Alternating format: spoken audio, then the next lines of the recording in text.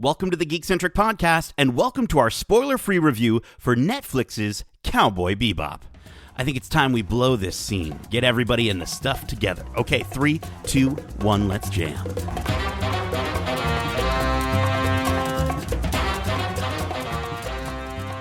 Hey there, Space Cowboys. My name is Nate, and this is our spoiler-free review for the live-action adaptation of Cowboy Bebop, which hits Netflix on November 19th. Big thanks to Netflix Canada for getting us this series in advance to review. Now, allow me to introduce my two fellow bounty hunters. First up, he's stylish, handsome, and deadly behind the lens. He's Justin. Oh, usually Kevin's the stylish, fashionable one. No, I'm not. Maybe drinking on too much space juice or something. Absolutely. But rounding out the team, you've already mentioned him. He's fearless. He's vicious. But he's just as huggable as a genetically altered corgi. He's Kevin Hudson. Oh, no, and I know you don't like vicious, so that's very upsetting to hear. We might have talked a little bit off air about my feelings on how that all went. But how you smooth cats doing this fine? I'm trying to be all jazzy here. Yeah, I don't know if it's coming across.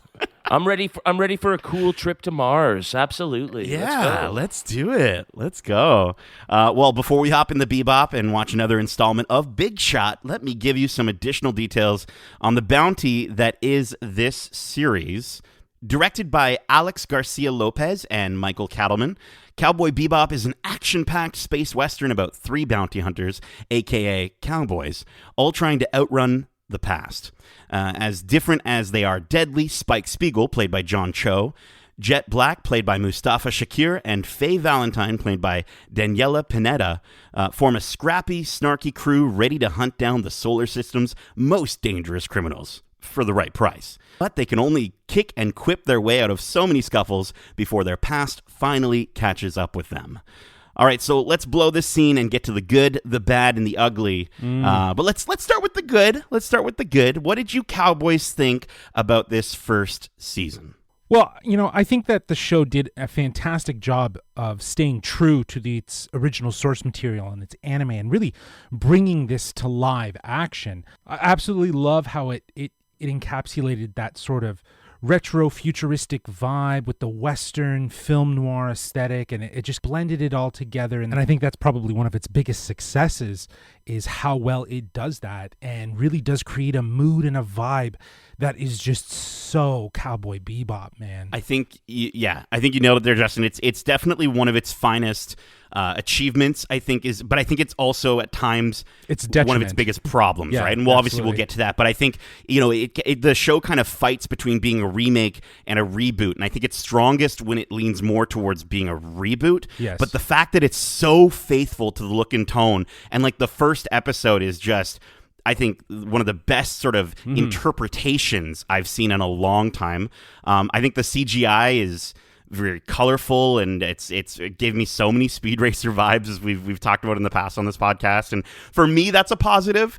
I can see how for some people it might not be a positive. But as you're talking about things that work for it and against it, I think the same could be said about this sort of Speed Racer vibe that it goes for. Like, it works for it in some cases, but it also doesn't. Like, it just feels so heavy-handed at times. I don't know. At some points, it really hits. It does hit. So I mean, I'm going to start off by saying I would like to know what the difference between a reboot and a remake is. To clarify, I think the remake is more along the lines of it's exactly the same as the one before, and a reboot is doing something new with that property. So, the Lion King live action was very much a remake in my mind, right? It's an adaptation. Okay, that's good. That's a good context. Yeah, that's a great starting point for that. Honestly, in terms of encapsulating the tone and the feel of the actual original anime, the show does a great job until about episode 7, and everything shifts gears. And if I wasn't already a bit like, that really sort of, I jumped off at that point. Pushed you over the edge. Yeah, they again, it works and then it doesn't. But I think the performances I thought were really good. I think John Cho I don't think I can see Spike being played by anyone else, which I think is a really cool thing that he was able to pull off. And I also thought that most of the performances outside of him were pretty good. There's one that I have a really big problem with, but I think the other characters sort of nailed some of the cheesy dialogue and the cheesy aspects in a good way. And then there was one that just we'll get to. No, for sure. But the trio of characters that we follow are absolutely outstanding. Like Daniela Pinita's Faye Valentine was absolutely outstanding. She was my favorite of the show. She is not the Faye Valentine from the anime. She has more sensibility. She's way funnier too. I just think she did such a great job with that role. And Nate, you're absolutely right. With John Cho, he perfectly embodies all of that sort of wise ass approach that Spike has. And it was so rooted in his own personality. Like, I felt like it was very John Cho. He nailed the hands in the pocket of the jacket. So well. And being able to walk and look natural while doing that hair, is actually bro. not easy. That hair. Oh my gosh. Now, so well done. What do you guys think of Mustafa? I mean, obviously, that's maybe the biggest shakeup of a character, specifically because they've changed the race of the character. But I just thought he brought such a leadership role to this cast father figure. He was so good in that leadership role, that father figure role of just bringing these roughnecks together and pointing them towards a singular goal constantly. And the show does a really good job of bringing him and showing him more as a father. I think it does a better job than the anime of highlighting that. And again, that's one of those areas where you see it, and I'm a big fan of the original, but I think this is where I'm like, cool, that is something new, that is something different, and they sort of brought in some of the other aspects about his past that are from the show, right? But they did focus a lot on his family, and I think that was a really smart choice. No, I totally agree. And I think in the same way, again, back to Faye Valentine's character, they took her in a new direction by making more of a mystery around where she's from. And I don't know, the cartoons kind of depicted her as like weaker than the other two, right? And she was kind of like made fun of, and like she wasn't taken seriously.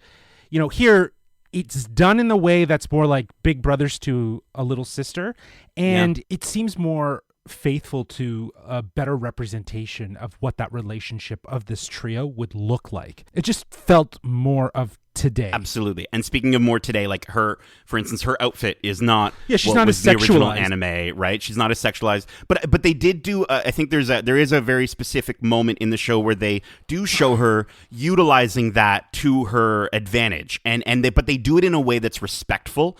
And I think, to your point, again, very much for today's audiences. 100%, man. She was less of an object in this series, and she had more of a purpose, and I really appreciated that they did that. The other thing that stood out to me as a positive, but could also be a detriment, was the mood and vibe. And that includes the aesthetical choices, the inconsistent CGI, and the camera work just felt obscure for the sake of it. Yeah, but the cinematography was like jazz. Like the angles that they capture were so drastic at times. And I do think the show used them in fun and effective ways. I do agree with you that it might have been a bit much at times where it didn't need to be for certain angles where characters are just literally having conversations, and then it sort of just cuts to like you're in the top right corner of the room for some reason. Yeah, for sure. So I did notice that, but I don't know, man.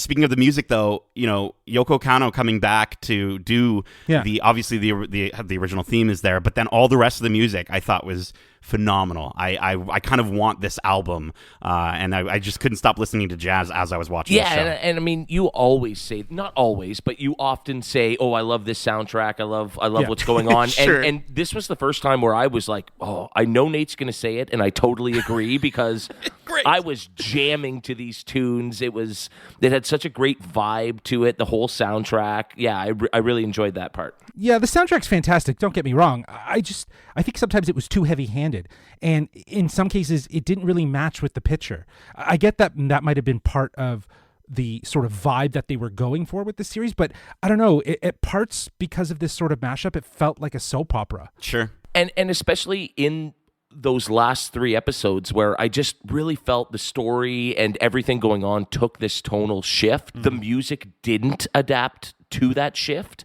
And so it almost felt like a parody of itself at that point, right? Because the music didn't match what was going on at certain points. But I totally agree. I would love the soundtrack to just listen to on its own, because it is so well done. It is. Let's get the Mondo vinyl, Justin. I'm Yo, already dude, I would pre-ordering totally it. get Let's that. go. That would be awesome. That Go. would be sick. But I also wanted to just quickly shout out the action in this show is fantastic. There's at least 3 or 4 scenes that we were talking about off air because we didn't want to spoil things for all you, but where we were just like freaking out about these, how it's shot, how it's captured. I just thought it was so well done, and the use of gunplay, swordplay, and like punching and kicking is just, it's really well done, and I was really happy to see it. And there's this sense of realism to the action. Yes. Where, it's such a cliche where one guy will face off against 12 people and they'll come at him one at a time. Whereas there were so many scenes where an individual will be fighting and he'll have to fight off multiple people at the same time, because that's how you would actually do it. And I really appreciated that. And you have characters getting stabbed and shot and still fighting and everything. Like, it just felt like a real fight sequence most of the time. And they didn't feel were doing invincible. They didn't feel invincible, right? For the most part, like there were times where I was like, "Oh gosh, like that's gotta hurt." So, definitely really dug that. I think I'm a bit indifferent about the action. Like, I do agree that there's some great moments, but I also feel like it felt too much like staged choreograph dancing rather than just fighting. And I think the way it was shot, where, I've always said, like, a good fight scene is one where you don't necessarily need to break the camera angles too often to really show things happening. When you're doing that, you're building a fight in the editing room. If you film it in a way that it feels naturally choreographed, like, let's say Shang-Chi on the bus scene, and how it's all like a very consistent one take. We get something like that in this series, but we don't get a lot of that. Oh, that's interesting, because I thought they did a great job of almost blending what worked in something like a John Wick and what worked in something like Daredevil, the series, in terms of that it was a realistic fighting style almost, but they were also having fun with it, a bit more compared to those two that I mentioned. And so I thought the whole idea of the show sort of being a play, a joke in that sense, that worked with the fighting style for me. Well, let's get into some of the things that maybe we didn't quite enjoy about this first season. I'm going to kick it off. I think that the show, I got to say, the characters are so fantastic throughout the show. But to your point, Kevin, I think the pacing is off for the entire season, where the show sort of dives into the history of its most important characters really late for my liking. I think I think the show really could have benefited from having more flashbacks, really help flesh out the relationships between 3 of these specific characters a little bit more. Like and Lost. It doesn't do that. And so I think it could have done like Lost. Yeah, just give me Lost again. No, but I know that would go against like the film noir mystery motif that the show focuses on, but it's too drawn out, right? Yeah. Which is, again, that's an issue that I have with a lot of anime series. I mean, you think of the classic Dragon Ball Z of like and building up those fights for like 5 episodes. Thankfully, this show doesn't do that, but I think we could have done without a full 10 episode season. Maybe like go for a 6 episode season, because I think, even the original run of 26 episodes was way too many, and I think those were only 24 minutes. So the fact that these are 40 minutes each, I think it is quite a detriment to keep, again, that aspect of the anime brought over. Yeah, I think that it's fair to say that they could have sprinkled that throughout. Yeah, just in terms of, I think they almost laid it on too thick at the end of the show. Sure. And we'd already been through 6, 7 episodes, whatever it is, and then we started learning a bit more about their backstory, and it had those been broken up, instead of being almost full episodes of these flashbacks, if they had broken that up throughout the whole course of the season, it would have been a better balance between the now and the past. Yeah, and I think it's just a matter of, again, that is another aspect of how they're sort of doing too much like the original anime. And it also brings in another thing that I had a problem with, which was the blocking. I thought the blocking was kind of strange, where you would have characters walking and then out of nowhere just stopping, turning towards each other, and then starting to talk to each other. And to me, that felt, again, very very classic anime, but at the same time, that is something I felt didn't translate into this live action side, like a soap opera, right? Absolutely. And again, like they have moments where the camera blurs different aspects about it, and there's dream sequences and different things like that. But I don't know. I think overall, I didn't have too many problems with it, again, other than what I've just mentioned. The biggest issue I had, though, was Alex Hassel as Vicious. Bring him I think up. he was. I'm waiting for it. I want Vinny Targaryen. Talk about him. Let's go. He's my least favorite part of the show. I never found him scary. I never found him intimidating. He came across as bad cheesy, not good cheesy, like the other characters have I think they really pull off. And I think, seeing so little of his past and seeing so little of that part of him, I think makes him a really difficult character to take seriously and to write for and to care about, in a live action setting like this. So again, it kind of comes back to what we were just saying. I think they could have done a much better job with him and helping us understand his motivations a little bit more. Because I think for general audiences who haven't watched the original anime, they're just going to, he's not going to rub them the right way. I totally agree. He was not a threatening villain. I didn't find him intimidating or scary. It was just so apparent that when he's on screen with John Cho, who is just so charismatic and so natural to his role, it just feels like Alex Hassel just felt very like he was overacting, like he was really trying to push himself to be like, yes, I'm the bad guy. You know what I mean? So, a lot of teeth. Yeah. Too much teeth. Yeah. Like, calm down. Yeah.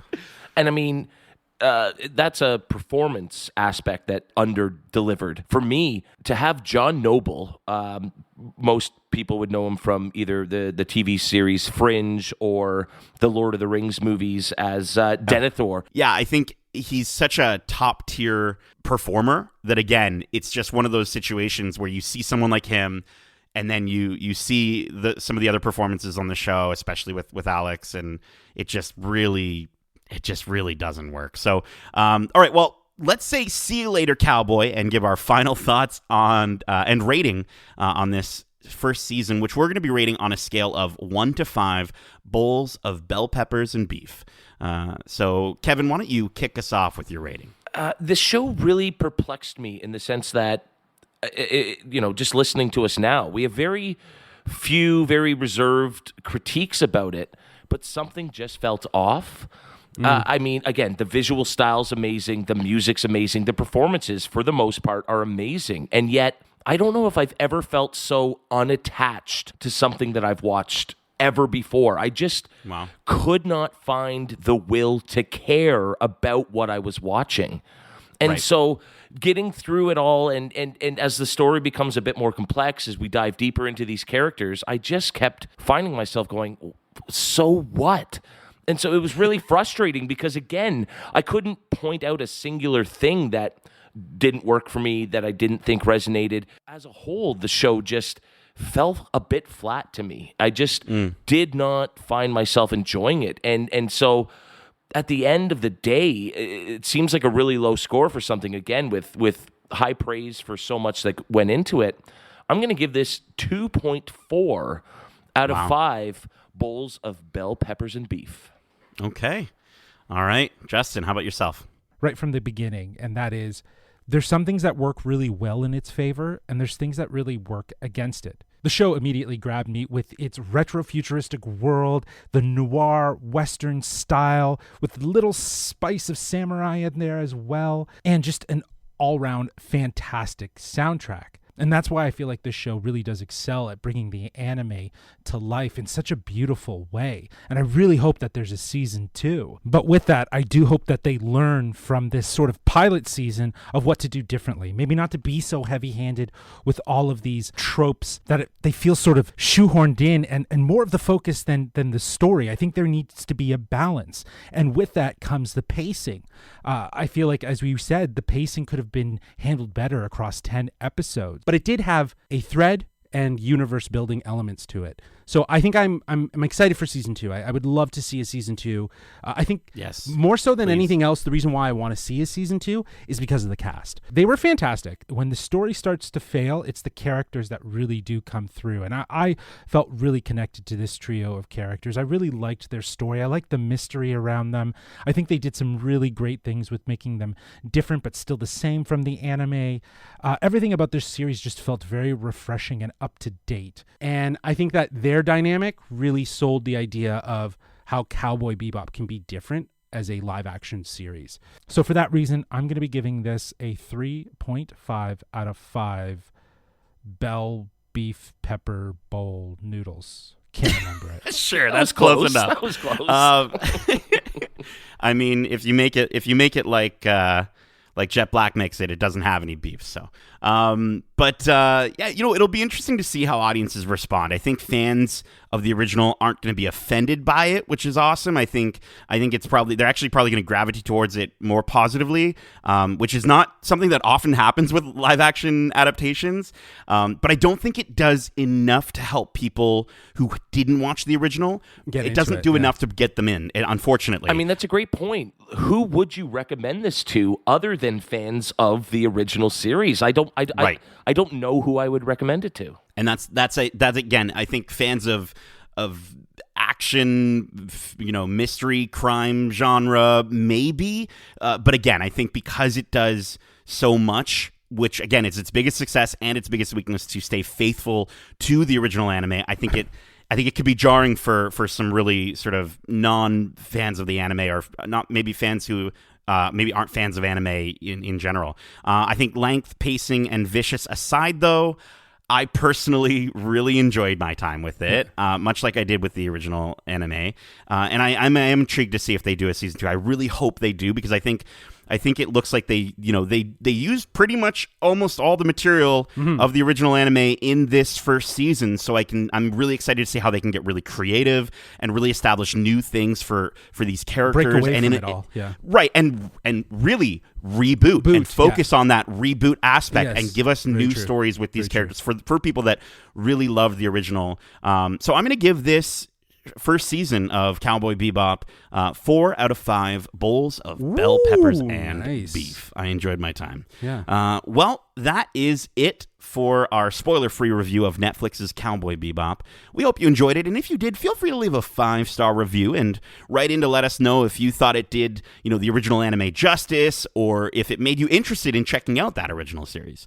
Justin, where can these fine rootin' tootin' cowboys reach us? Well, they can reach us at wearegeekcentric@gmail.com. That's wearegeekcentric@gmail.com. Yeah! Keep in mind, we also have a ton of other episodes covering the latest movies and shows out now, with our most recent episode covering Disney Plus Day, where we talk about all the exciting stuff coming out to the platform. And we also have more interviews and reviews, including our interview with Sprite herself, Leah McHugh from Eternals. We also have our spoiler-free and spoiler-filled review of Marvel Studios' Eternals, and our review for Home Sweet Home Alone, Red Notice, and Last Night in Soho. And of those last 3, only one of them is good. You have to listen to the reviews to find out. So give those episodes a listen. Justin, Kevin, thank you so much for joining me for this spoiler-free review. I got the Bebop all loaded up so we can jet off to our next bounty. So great Bebop sound. So until next time, as we say, love ya. Get home safe, guys. Peace.